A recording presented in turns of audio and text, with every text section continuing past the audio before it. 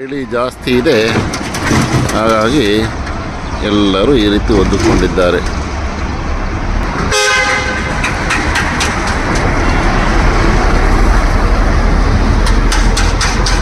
ಚಳಿ ಜಾಸ್ತಿ ಆಗಿರುವುದರಿಂದ ಈ ರೀತಿ ಒದ್ದುಕೊಂಡಿರ್ತಾರೆ. ವಿಪರೀತ ಚಳಿ ಇದೆ ಇಲ್ಲಿ, ವಿಪರೀತ ಚಳಿ.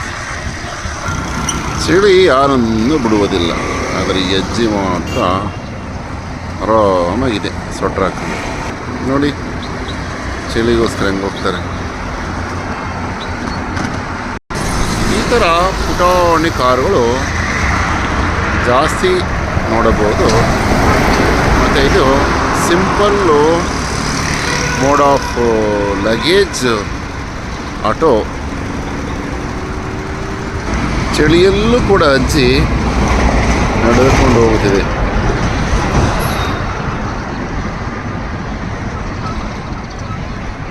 ನೀವು